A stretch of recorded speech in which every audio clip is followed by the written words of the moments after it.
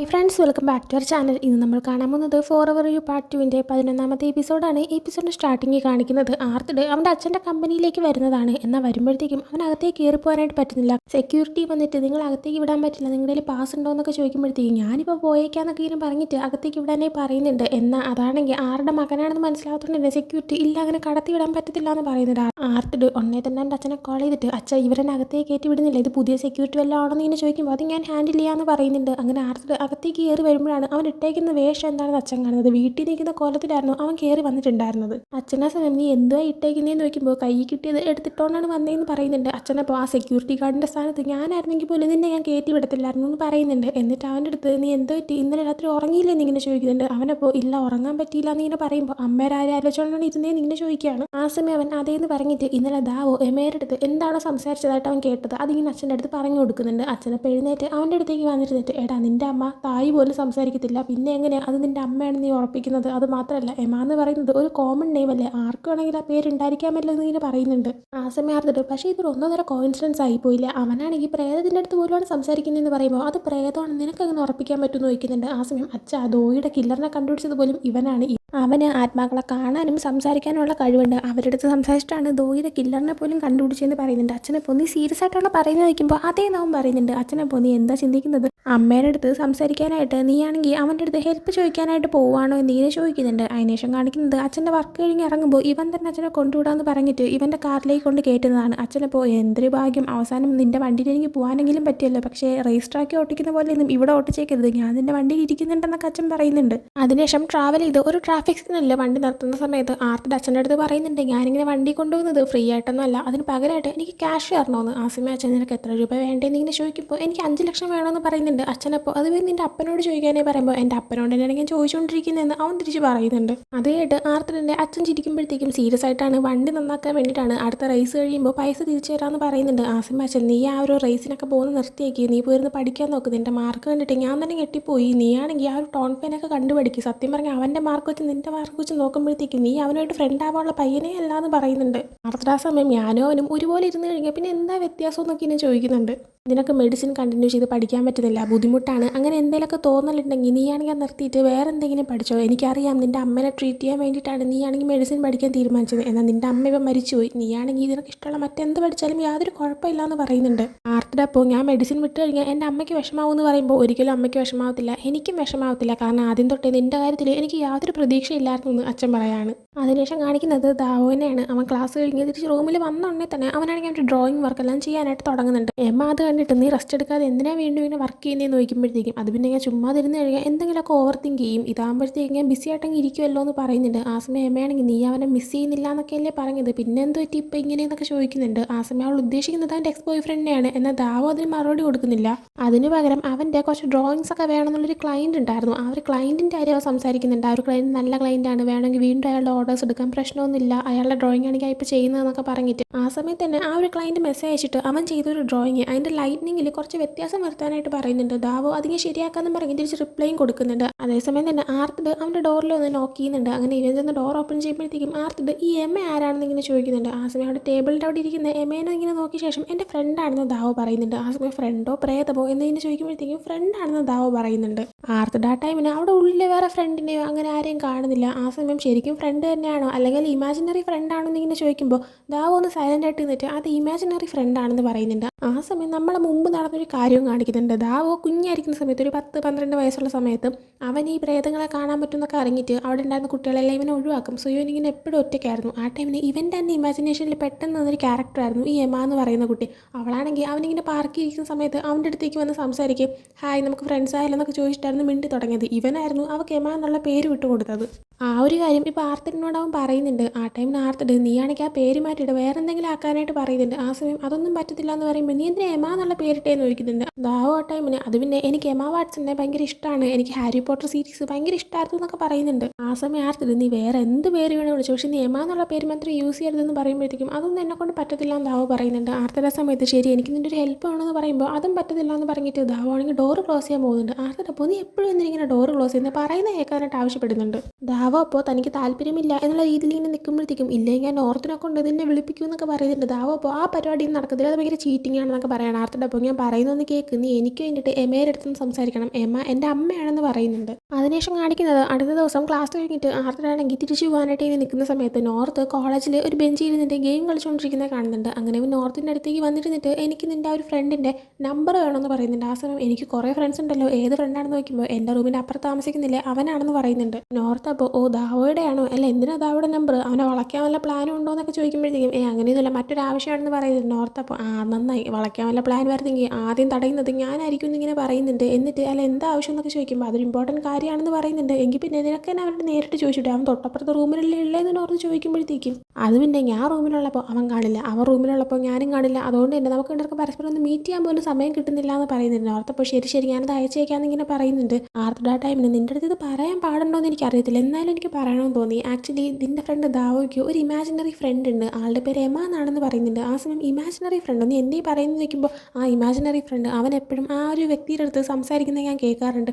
അത് മാത്രമല്ല എമ എന്ന് പറയുന്നത് എൻ്റെ അമ്മയുടെ പേരും കൂടെ ആണെന്ന് പറയുന്നുണ്ട്. ആ സമയം ആദ്യമായിട്ട് നോർത്ത് എമ എന്നല്ല 2-3 തവണ ഒരു പേര് പറഞ്ഞിങ്ങനെ കളിക്കുന്നുണ്ട്. ആ സമയം നീ എന്താ കൊച്ചുകുട്ടിയാണ് പാരൻസിൻ്റെ പേര് പറഞ്ഞ് കളിക്കാൻ എന്നിങ്ങനെ ആർത്തോട് ചോദിക്കുമ്പോൾ എൻ്റെ അമ്മയുടെ പേര് നിഡാണെന്ന് തിരിച്ച് നോർത്ത് പറഞ്ഞു കൊടുക്കുന്നുണ്ട്. എന്നിട്ട് അവനിങ്ങനെ ഒറ്റയ്ക്ക് ആ ഒരു ക്യാരക്ടറിനോട് സംസാരിക്കുന്നത് അത് ഭയങ്കര ക്രീപ്പി അല്ലേ, വല്ല ഡോക്ടറിനെയും കാണിക്കണമെന്ന് നോക്കുമ്പോൾ അറിയത്തില്ല, നീ അവരുടെ സംസാരിച്ച് നോക്കാനായിട്ട് പറയുന്നുണ്ട്. ആ ഓക്കെ ഞാൻ സംസാരിച്ച് നോക്കാമെന്നൊക്കെ പറയുന്നുണ്ട്. അതിനുശേഷം ആർത്തരാണെങ്കിൽ നടന്ന് അവൻ്റെ കാറിൻ്റെ അവിടെ വരുമ്പോൾ തന്നെ നോർത്താണെങ്കിൽ അവൻ്റെ ആ ഒരു നമ്പർ ഇവൻ അയച്ചു കൊടുത്തിട്ടുണ്ടായിരുന്നു. അങ്ങനെ അപ്പം തന്നെ ആർത്തരാണെങ്കിൽ ദാവോക്ക് മെസ്സേജ് ഇടുന്നുണ്ട്. അതേസമയം ദാവോ ആണെങ്കിൽ ഒരു കഫേയിലിരുന്ന് ഇങ്ങനെ പഠിക്കുമായിരുന്നു. ആർത്തറിൻ്റെ മെസ്സേജ് വരുമ്പോൾ എൻ്റെ നമ്പർ നിനക്ക് എങ്ങനെ കിട്ടിയെന്ന് ചോദിക്കുന്നുണ്ട്. ആ സമയം നോർത്താണ് തന്നത്, നീ ഇപ്പോൾ എവിടെയാണെന്ന് ഇങ്ങനെ ചോദിക്കുന്നുണ്ട്. അതിനുശേഷം ആർത്തർ നേരെ ദാവോ ഉള്ള ഒരു കഫേയിലേക്ക് ചെല്ലുന്നുണ്ട്. അവിടെ ചെന്നിരുന്നതിന് ശേഷം എൻ്റെ അമ്മ ഇവിടെ ഉണ്ടോ എന്ന് ഇങ്ങനെ നോക്കാൻ പറ്റുമെന്നെല്ലാം തന്നെ അവനോട് ചോദിക്കുന്നുണ്ട്. ആ സമയം ദാവോ ആണെങ്കിൽ ശ്രമിക്കാം, പക്ഷേ അതിന് എനിക്ക് 2-3 കാര്യങ്ങൾ അറിയേണ്ടതുണ്ടെന്ന് പറയുന്നുണ്ട്. ആർത്തർ അപ്പോൾ ശരി ചോദിച്ചോളാനായിട്ട് ആവശ്യപ്പെടുമ്പോഴത്തേക്കും നിൻ്റെ അമ്മ എങ്ങനെയാണ് മരിച്ചതെന്ന് ഇങ്ങനെ ചോദിക്കുന്നുണ്ട്. ആ സമയം ക്യാൻസർ വന്നിട്ടാണെന്ന് പറയാണ്. ആ സമയം ഒക്കെ മരിച്ചിട്ട് എത്ര നാളെന്ന് നോക്കുമ്പോഴത്തേക്കും 7 വർഷമായി എന്ന് പറയുന്നുണ്ട്. എന്നിട്ട് പറ്റുമെങ്കിൽ നോക്കാനായിട്ട് പറയുന്നുണ്ട്. ദാവോ അപ്പോൾ എനിക്കിപ്പോൾ ഒരു വർക്ക് ഉണ്ട്, അതെനിക്ക് ഇന്ന് തന്നെ സെൻഡ് ചെയ്യേണ്ടതാണെങ്കിൽ അത് ചെയ്ത് കഴിഞ്ഞുകൊണ്ടേ നോക്കാമെന്ന് പറയുന്നുണ്ട്. അങ്ങനെ ദാവോ ആണെങ്കിൽ ആ ഒരു വർക്ക് കണ്ടിന്യൂ ചെയ്യുന്നുണ്ട്. ആർത്തറാണെങ്കിൽ അവിടെ ഇരുന്ന് ഉറങ്ങിപ്പോയിട്ടുണ്ടായിരുന്നു. ദാവോയുടെ വർക്ക് കഴിയുമ്പോൾ തന്നെ ആർത്തർ ഉറങ്ങി തൂങ്ങി വീണ് ഉറക്കം എണീക്കുന്നുണ്ട്. അങ്ങനെ ദാവോ ആണെങ്കിൽ നിൻ്റെ അമ്മയുടെ ഒരു ഫോട്ടോ ഉണ്ടോ എന്നൊക്കെ ചോദിക്കുമ്പോഴത്തേക്കും ആർത്തർ ഫോണിൽ കാണിച്ചു കൊടുക്കുന്നുണ്ട്. എന്നിട്ട് ദാവോ ചിലപ്പോൾ നിൻ്റെ അമ്മ ഇവിടെ ഇല്ലെങ്കിലോ പോയെങ്കിലോ എന്നിങ്ങനെ പറയുമ്പോൾ എങ്കിൽ പിന്നെ എനിക്ക് ഫൈനലി മൂവ് ഓൺ ആവാമല്ലോ എന്ന് ആർത്തർ പറയുന്നുണ്ട്. ദാവോ ആ ടൈമിന് അവൻ്റെ കയ്യിലുള്ള ഒരു ബ്രേസ്ലെറ്റ് അഴിച്ചു മാറ്റുന്നുണ്ട്.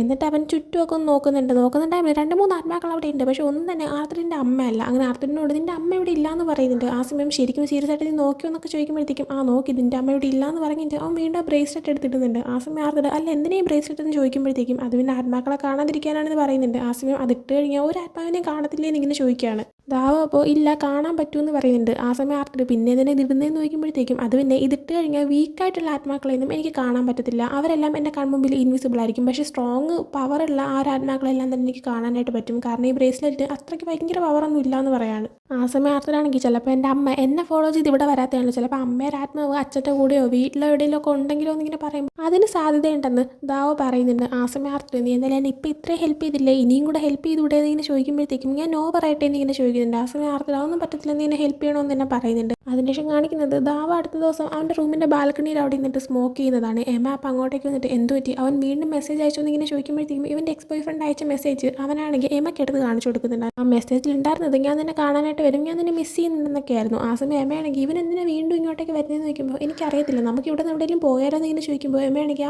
നമുക്ക് ദൂരെ പോകാമെന്ന് പറയുന്നുണ്ട്. ദാവോ അപ്പോൾ എത്ര ദൂരം പോകുമെന്ന് ഇങ്ങനെ ചോദിച്ച ശേഷം അകത്തേക്ക് കയറി പോകാനായി തുടങ്ങുമ്പോൾ എമയാണെങ്കിൽ എങ്ങോട്ടാണ് പോകുന്നതെന്ന് ചോദിക്കുന്നുണ്ട്. ആ സമയം ഒന്നുമില്ല ജസ്റ്റ് അങ്ങോട്ടേക്ക് പോകാമെന്ന് പറയുമ്പോഴത്തേക്കും നീ എപ്പോഴും ടെൻഷനായിട്ടിരിക്കുമ്പോൾ എന്തിന് വിയേർഡായിട്ട് ചെയ്യാറുണ്ടെന്ന് എമ പറയാണ്. ആ ടൈമിൽ ഇല്ല ഞാൻ വിയേർഡായിട്ട് ഒന്നും ചെയ്യത്തില്ല എന്ന് പറഞ്ഞിട്ട് അവൻ പോകുന്നുണ്ട്.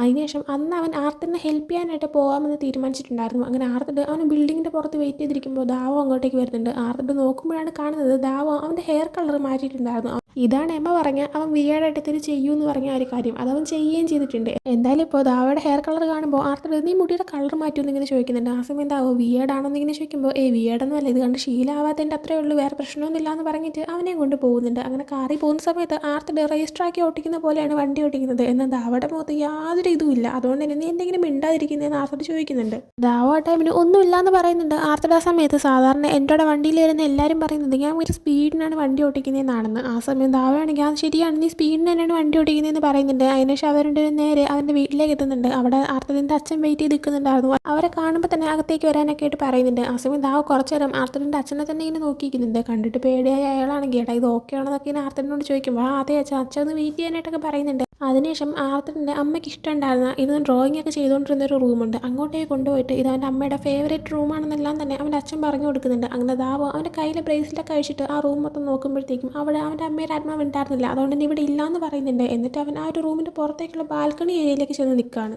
ആ സമയം അത് ശ്രദ്ധിച്ചിട്ട് ആർത്തിൻ്റെ അച്ഛനാണെങ്കിൽ ഈ പയ്യനെ വിശ്വസിക്കാൻ പറ്റുമെന്ന് ഇങ്ങനെ ചോദിക്കുമ്പോൾ ആ പറ്റുവച്ചാൽ ഇവൻ തന്നെയാണ് ധോയിയുടെ കേസ് സോൾവ് ചെയ്തത് എന്നിങ്ങനെ പറയുന്നുണ്ട്. അച്ഛനെ സമയത്ത് ചിലപ്പോൾ നിൻ്റെ അമ്മ ഇവിടെ ഇല്ലെങ്കിലോ, ചിലപ്പോൾ നിൻ്റെ അമ്മയുടെ വീട്ടിൽ അവിടെ കാലിഫോർണിയയിലാണെങ്കിലോ, കാരണം നമ്മുടെ കൂടെ നിൻ്റെ അമ്മ ഉണ്ടായിരുന്ന സമയത്താണെങ്കിൽ പോലും അമ്മ ഇങ്ങോട്ടേക്ക് വന്നിരുന്നത് വല്ലപ്പോഴും അല്ലേ, അമ്മ കൂടുതൽ ടൈം സ്പെൻഡ് ചെയ്തത് അവിടെയല്ലേ, അപ്പോൾ ഇപ്പോൾ ഉണ്ടെങ്കിൽ തന്നെ ചിലപ്പോൾ നിൻ്റെ അമ്മ അവിടെയാണെങ്കിലും ഉള്ളതെന്നൊക്കെ പറയുമ്പോൾ അച്ഛന് അമ്മ അവിടെ ഉണ്ടാവും തോന്നുന്നുണ്ടോ എന്ന് ആർത്തിട്ട് ചോദിക്കുന്നുണ്ട്. അതിനുശേഷം ആർത്തിനും ദാവോയുടെ അടുത്തേക്ക് വന്ന് നിൽക്കുന്നുണ്ട്. ആ സമയം ദാവാണെങ്കിൽ നിൻ്റെ അമ്മയ്ക്ക് ഈ ഒരു ഏരിയ നല്ല ഇഷ്ടമായിരുന്നല്ലേ എന്ന് ചോദിക്കുമ്പോഴത്തേക്കും നിനക്കത് എങ്ങനെ മനസ്സിലായി എന്ന് ചോദിക്കുന്നുണ്ട്. ആ സമയം ദാവോ അറിയത്തില്ല, അങ്ങനെ ഒരു ഫീലിംഗ് എനിക്ക് കിട്ടുന്നു എന്ന് പറയുന്നുണ്ട്. ആർത്തിട്ട് ആ സമയം ഫീലിംഗ് മാത്രമേ ഉള്ളൂ, എൻ്റെ അമ്മ പോയല്ലേ എന്ന് ചോദിക്കുമ്പോഴത്തേക്കും നിൻ്റെ അമ്മ പോയെന്നാണ് തോന്നുന്നത്, നിൻ്റെ അമ്മ ഇവിടെ ഇല്ല എന്ന് ദാവോ പറയുന്നുണ്ട്.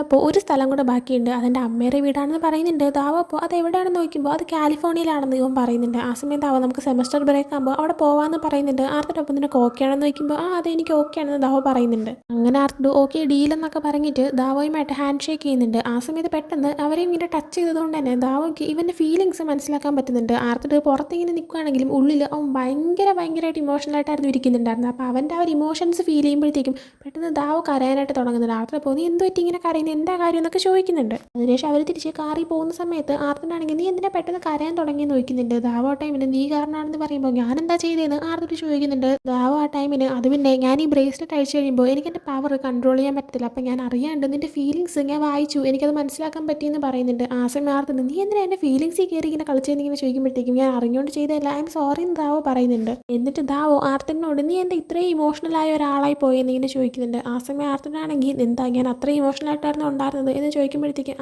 അതെ ഞാൻ സാധാരണ കരയുന്ന ഒരാൾ പോലും അല്ല, എന്നിട്ട് ഞാൻ പോലും കരഞ്ഞു എന്നിങ്ങനെ പറയുന്നുണ്ട്. എന്നിട്ട് ദാവോ ആർത്തിനെ തന്നെ ഇങ്ങനെ നോക്കുമ്പോൾ നീ എന്തിനാ എന്നെ ഇങ്ങനെ നോക്കുന്നത്, ഇൻസൾട്ട് ചെയ്യുന്ന പോലെ ഉണ്ടല്ലോ എന്നിങ്ങനെ പറയുമ്പോൾ അതെ ഞാൻ ഇൻസൾട്ട് തന്നെ ചെയ്തുകൊണ്ടിരിക്കുന്നതെന്ന് ദാവോ തിരിച്ച് പറയുന്നുണ്ട്. അതിനുശേഷം അവരവരുടെ ബിൽഡിങ്ങിലെത്തിയിട്ട് ലിഫ്റ്റിൽ ഇങ്ങനെ ഒരുമിച്ച് പോകുന്ന സമയത്തായ പോലും രണ്ട് വശത്താണ് നിൽക്കുന്നത്, ഒന്നും സംസാരിക്കുന്നില്ല. അവരവരുടെ റൂമിൻ്റെ അവിടെ എത്തുന്ന ടൈമിന് ദാവോ ആണെങ്കിൽ ആർത്തിനെ വിളിച്ചിട്ട് വീണ്ടും ഐ എം സോറി എന്നിങ്ങനെ പറയുന്നുണ്ട്. ആർത്തിട്ടപ്പോൾ കുഴപ്പമില്ല, എന്തായാലും അമ്മയുടെ കാര്യത്തിന് ഹെൽപ്പ് ചെയ്തതിന് താങ്ക് യു എന്ന് പറഞ്ഞിട്ട് അവൻ പോവുകയാണ്. അടുത്ത ദിവസം കോളേജിൽ കാണിക്കുവാണെങ്കിൽ നോർത്ത് അവൻ്റെ ക്ലാസ്സൊക്കെ കഴിഞ്ഞിട്ട് ഇങ്ങനെ മെസ്സേജ് അയച്ച് വരാണ് ജോഹാന്. ആ ടൈമിന് ജോഹാനാണെങ്കിൽ ആർത്തിൻ്റെ ഒരു ഫോട്ടോ എടുത്ത് അയച്ചു കൊടുക്കുന്നുണ്ട്.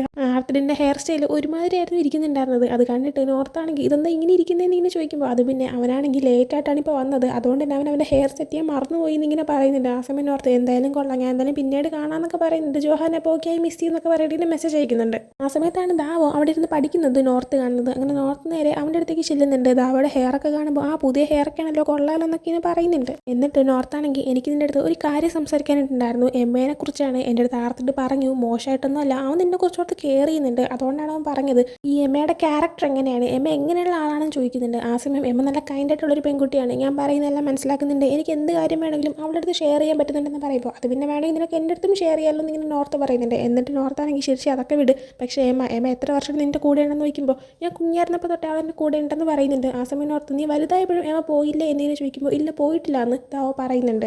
ആ സമയം നോർത്താണെങ്കിൽ ആർത്തിൻ്റെ കാര്യം സംസാരിക്കാനായിട്ട് തുടങ്ങുന്നുണ്ട്. ആ സമയം പെട്ടെന്ന് ദാവോ അവൻ്റെ കാര്യം നീ മിണ്ടരുതെന്ന് പറയുമ്പോൾ അതെന്ത് പറ്റിയെന്ന് ഇങ്ങനെ ചോദിക്കുന്നുണ്ട്. ആ സമയം ദാവോ അത് പിന്നെ അവൻ എന്നെ കരയിപ്പിച്ചു എന്ന് പറയാണ്. ആ സമയം നിന്നെ കരയിപ്പിക്കാനോ, അവനോ കല്ലുപോലെ ഇരിക്കുന്ന നിന്നെ അവൻ കരയിപ്പിച്ചോ എന്നിങ്ങനെ ചോദിക്കുമ്പോഴത്തേക്കും ദാവോ ആണെങ്കിൽ ഇവനെ തുറച്ചു വെക്കുന്നുണ്ട്. ആ സമയം സോറി അങ്ങനെ ഉദ്ദേശിച്ച് പറഞ്ഞല്ല, പക്ഷേ ചില സമയം നീ ശരിക്കും കല്ലുപോലെയാണെന്ന് ഇവൻ പറയുന്നുണ്ട്.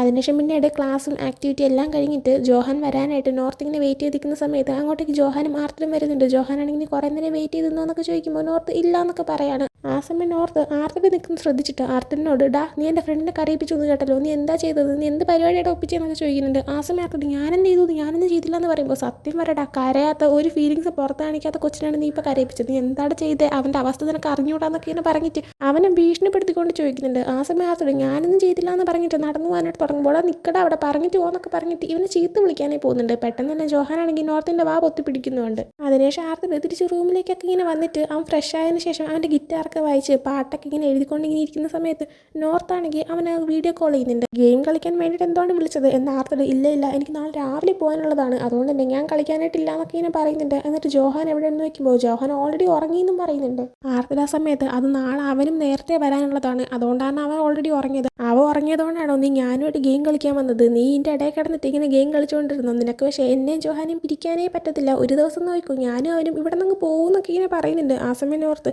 ഓഹോ അപ്പോൾ എന്നെ കളഞ്ഞിട്ട് പോവാണല്ലേ, ഒരു ദിവസം ജോഹാനും എന്നെ ഒഴിവാക്കുമല്ലേ, ഞാൻ ഒറ്റയ്ക്ക് ജീവിക്കാനായിട്ട് പഠിക്കണമെന്നൊക്കെ പറഞ്ഞിട്ട് അഭിനയിച്ചിരുന്ന് കരയുന്നുണ്ട്. ഈ സൗണ്ട് കേട്ടിട്ട് ജോഹാനും എഴുന്നേറ്റ് വന്നിട്ട് ഞാൻ അതിനെ വിട്ടിട്ട് പോകത്തില്ല എന്ന് പറയാണ്. നോർത്തിന്റെ ആ അഭിനയത്തിൽ വീണ് പോയിട്ട് ജോഹാൻ ഇങ്ങനെ പറയുന്നത് കേൾക്കുമ്പോഴത്തേക്കും ആർത്തറാണെങ്കിൽ ഇങ്ങനൊരു പൊട്ടൻ എന്ന് പറയുന്നുണ്ട്. ജോഹാനും അതേപോലെ തന്നെ അവന് തിരിച്ചും വിളിക്കുന്നുണ്ട്. എന്നിട്ട് ജോഹാൻ തിരിച്ച് പോയിരുന്ന് കഴിയുമ്പോഴത്തേക്കും വീണ്ടും നോർത്തും ആർത്തറും സംസാരിക്കാനായിട്ട് തുടങ്ങുന്നുണ്ട്. ആ സമയം ആർത്തറാണെങ്കിൽ നമുക്ക് വേണ്ടിയിട്ട് ഒരാൾ കരയുവാണെങ്കിൽ അതെങ്ങനെയായിരിക്കും നമുക്ക് ഫീൽ ചെയ്യുന്നത് എന്ന് ചോദിക്കുന്നുണ്ട്. ആ സമയം നോർത്താണെങ്കിൽ നീ ദാവോനെ കുറിച്ചാണ് ഉദ്ദേശിക്കുന്നതെന്ന് ചോദിക്കുമ്പോൾ അല്ല എൻ്റെ ഒരു ഫ്രണ്ട് ദേങ് അവനെ കുറിച്ചാണ് ചോദിച്ചതെന്ന് ഇങ്ങനെ പറയുന്നുണ്ട്. നോർത്ത് ആ സമയത്ത് നീ ഉണ്ടാക്കി പറഞ്ഞ ആ ഒരു പേര് നല്ല രസമുണ്ട് കേൾക്കാൻ, എന്തായാലും ആവട്ടെ ആ ഒരു ദേങ് അവന് വേണ്ടിയിട്ട് മറ്റൊരാൾ എന്തിനാ കരയുന്നത്, അവന് എന്നെ കരഞ്ഞാൽ പോരെ, അല്ലെങ്കിൽ തന്നെ അവൻ എന്തിനാ അവൻ്റെ ഫീലിങ്സ് ഇങ്ങനെ മനസ്സിലിങ്ങനെ വെച്ചുകൊണ്ട് നടക്കുന്നത്, എന്തെങ്കിലുമൊക്കെ പുറത്ത് പ്രകടിപ്പിച്ചൂടെ, എന്തിനിങ്ങനെ വെച്ചുകൊണ്ട് നടക്കണം, അവൻ ഭയങ്കര സ്ട്രോങ് ആണെന്നാണ് അവൻ്റെ വിചാരം എന്നൊക്കെ ഇങ്ങനെ ചോദിക്കുന്നുണ്ട്. സംഭവം ആർത്തിടെ എങ്ങനെയാണോ അതിനെക്കുറിച്ച് തന്നെയാണ് ഇവിടെ നോർത്തോടെ ഡിസ്ക്രൈബ് ചെയ്ത് ഇങ്ങനെ പറയുന്നത്. അപ്പോൾ ഇതിങ്ങനെ കേൾക്കുമ്പോഴത്തേക്കും ആർത്തിടും ഇവരെല്ലാം മനസ്സിലാകുന്ന രീതിയിൽ ഇരിക്കുന്നുണ്ട്. അതിനിടയിൽ നോർത്ത് വീണ്ടും നീ ദാവോനെ കുറിച്ച് നല്ലല്ലോ അല്ലേ ഇങ്ങനെ സംസാരിക്കുന്നത് എന്ന് വീണ്ടും ഇങ്ങനെ ചോദിക്കുന്നുണ്ട്. അതിനുശേഷം കാണിക്കുന്നത് അടുത്ത ദിവസം ദാവാണെങ്കിൽ ബിൽഡിങ്ങിന്റെ പുറത്ത് വെയിറ്റ് ചെയ്യുന്ന സമയത്ത് അവൻ്റെ രണ്ടച്ഛന്മാരും അവിടെ എത്തുന്നതാണ്. വരുമ്പോൾ കൂടെ ജോണിനെയും കൊണ്ടുവരുന്നുണ്ട്. അങ്ങനെ ജോണിനേക്കിനെ എടുത്ത് വെച്ച് കളിപ്പിക്കുന്നുണ്ട്. ആ സമയം ദാവോടെ രണ്ടച്ഛന്മാരും അവൻ താമസിക്കുന്ന റൂമിന്റെ ബിൽഡിംഗ് എല്ലാം നോക്കിയിട്ട് ഇവിടെ അധികം ആരും താമസിക്കാറുണ്ടെന്ന് തോന്നുന്നില്ല എന്നൊക്കെ അവരിങ്ങനെ പറയുന്നുണ്ട്. ദാവോ ഇപ്പോൾ ഇവിടെ മാത്രമാണ് പെറ്റ്സിന് അലൗഡ് ചെയ്യുന്നത്, അതുകൊണ്ടാണ് ഈ സ്ഥലം തന്നെ ചൂസ് ചെയ്തതെന്നൊക്കെ ഇങ്ങനെ പറയുന്നുണ്ട്. അതിനുശേഷം അവരെയും കൊണ്ട് അവൻ റൂമിലേക്ക് ചെന്നിട്ട് അവരിങ്ങനെ സംസാരിക്കുന്ന സമയത്ത് അവൻ്റെ അച്ഛനാണെങ്കിൽ, അതായത് അവൻ്റെ ഒറിജിനൽ അച്ഛൻ, ആ അച്ഛനാണെങ്കിൽ ബാൽക്കണിയിൽ അങ്ങോട്ടേക്ക് ചെന്ന് നിൽക്കുന്നുണ്ട്. ആ ഒരു ടൈമിന് അവൻ വലിച്ച ആ ഒരു സിഗരറ്റിൻ്റെ ബാക്കിയെല്ലാം തന്നെ അവിടെ ഇരിക്കുന്നതും കാണുന്നുണ്ട്. ആ സമയം തന്നെ ദാവോ അവൻ്റെ അച്ഛൻ്റെ അടുത്തേക്ക് സംസാരിക്കാനായിട്ട് പോകുമ്പോഴത്തേക്ക്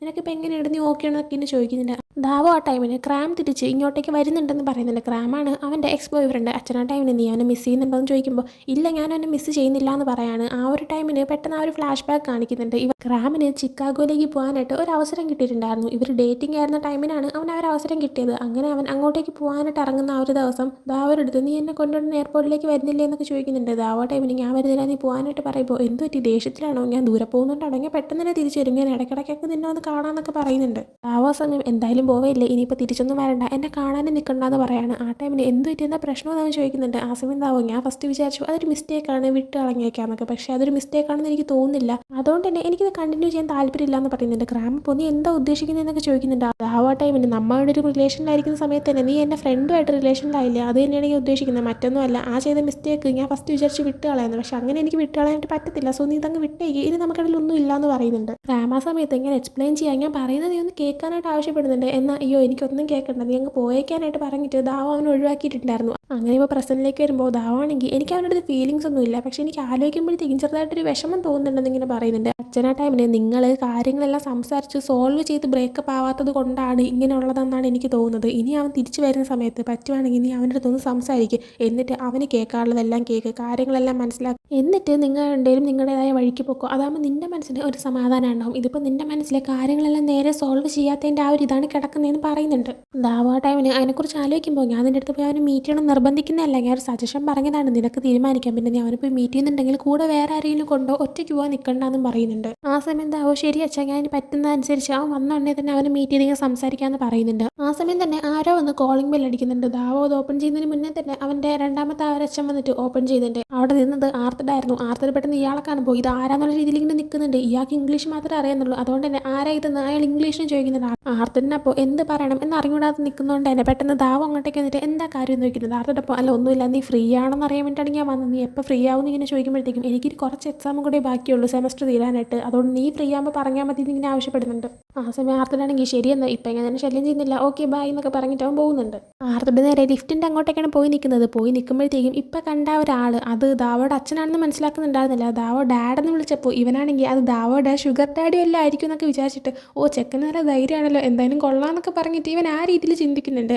അതേസമയം ദാവോയുടെ റൂമിൽ കാണിക്കുമ്പോൾ അവൻ്റെ രണ്ടച്ഛന്മാരും അല്ല ഇപ്പോൾ വന്നത് ആരാണ്, ഫ്രണ്ടാണെന്ന് ഇങ്ങനെ ചോദിക്കുമ്പോൾ അല്ല തൊട്ടപ്പുറത്തെ നെയ്ബറാണെന്ന് പറയുന്നുണ്ട്. ആ സമയം അവൻ്റെ ആ ഒരു രണ്ടാമത്തെ അച്ഛൻ പറയുന്നുണ്ട് അവൻ ആ ഒരു നോക്ക് ചെയ്ത രീതി കണ്ടിട്ട് തീരെ മാനേഴ്സ് ഉണ്ടെന്ന് തോന്നില്ല എന്ന്. ആ സമയം അവനാണെങ്കിൽ അത് ശരിയാണെന്ന് പറഞ്ഞിട്ട് ഞാൻ ബ്രേക്കിന് കാലിഫോർണിയ വരെ ഒന്ന് പോകുമെന്ന് പറയുന്നുണ്ട്. ആ സമയം അവൻ്റെ അച്ഛൻ വെക്കേഷനാണോ പോകുന്നതെന്ന് ചോദിക്കുമ്പോൾ അല്ല മറ്റൊരു ആവശ്യത്തിനാണ് ശരിക്കും എന്നിങ്ങനെ പറയുന്നുണ്ട്. ആ സമയം എൻ്റെ ഫ്രണ്ടിനെല്ലാം ഹെൽപ്പ് ചെയ്യാനാണെന്ന് ഇങ്ങനെ ചോദിക്കുമ്പോൾ ഈ നെയ്ബറിനെ ഹെൽപ്പ് ചെയ്യാൻ വേണ്ടിയിട്ടാണെന്ന് അവൻ പറയുന്നുണ്ട്. അതിനുശേഷം നൈറ്റ് ആകുമ്പോൾ ഒന്ന് പുറത്തേക്ക് പോകാനായിട്ട് ദാവോ ലിഫ്റ്റിൻ്റെ അവിടേക്ക് വന്ന് നിൽക്കുന്നുണ്ട്. ലിഫ്റ്റ് ഓപ്പൺ ആവാൻ വെയിറ്റ് ചെയ്യുന്ന സമയത്ത് അവൻ്റെ ഫ്രണ്ട്സിനെ ഫ്രണ്ട്സിൻ്റെ ഗ്രൂപ്പിലേക്ക് ജോണിനെ കൊണ്ടുവന്നു എന്നൊക്കെ പറഞ്ഞിട്ട് അവൻ്റെ പൂച്ചയുടെ ഒരു ഫോട്ടോ കഴിക്കുന്നുണ്ട്. അത് കണ്ടിട്ട് ടൈഫൂണും എല്ലാവരും നിന്നെ കാണാൻ ഭയങ്കര ക്യൂട്ടായിട്ടുണ്ടല്ലോ എന്നൊക്കെ പറഞ്ഞിട്ട് മെസ്സേജ് ഇടുന്നുണ്ട്. ആ സമയം ലിഫ്റ്റ് ഓപ്പൺ ആവുന്നുണ്ട്. ലിഫ്റ്റിൻ്റെ അകത്ത് ആർത്തിഡ് ഉണ്ടായിരുന്നു. ആർത്തിഡ് ഇവനെ കാണുമ്പോൾ നീ നൈറ്റ് എവിടെ പോകുന്നത് ഇങ്ങനെ ചോദിക്കുമ്പോൾ ഞാൻ കോഫി വാങ്ങാനായിട്ട് പോവാണെന്ന് ദാവോ പറയുന്നുണ്ട്. ആർത്തിഡ് തനിച്ചാണോ പോകുന്നത്, നിന്റെ ബൈക്കിലാണോ പോകുന്നതെന്ന് ചോദിക്കുമ്പോൾ അതേന്ന് പറയുന്നുണ്ട്. ആ സമയം ആർത്തിഡ് ശരി ഞാൻ നിൻ്റെ അവിടെ വരാം, നമുക്ക് ഒരുമിച്ച് പോകാമെന്ന് ഇങ്ങനെ പറയുന്നുണ്ട്. അങ്ങനെ അവരുടെ ഒരുമിച്ച് കഫേയിലേക്ക് പോകുന്നുണ്ട്. ദാവാണെങ്കിൽ അവന് കോഫിയൊക്കെ വാങ്ങിച്ചിട്ടിരിക്കുന്ന സമയത്ത് ചെയ്യാനായിട്ട് വർക്കൊന്നും കൊണ്ടുപോകത്തില്ലെന്ന് ഇങ്ങനെ ചോദിക്കുന്നുണ്ട്. ആ സമയം ഇല്ല എനിക്ക് തിരിച്ചു പോകണം, ജോൺ വീട്ടിലുണ്ടെന്ന് പറയുമ്പോഴത്തേക്കും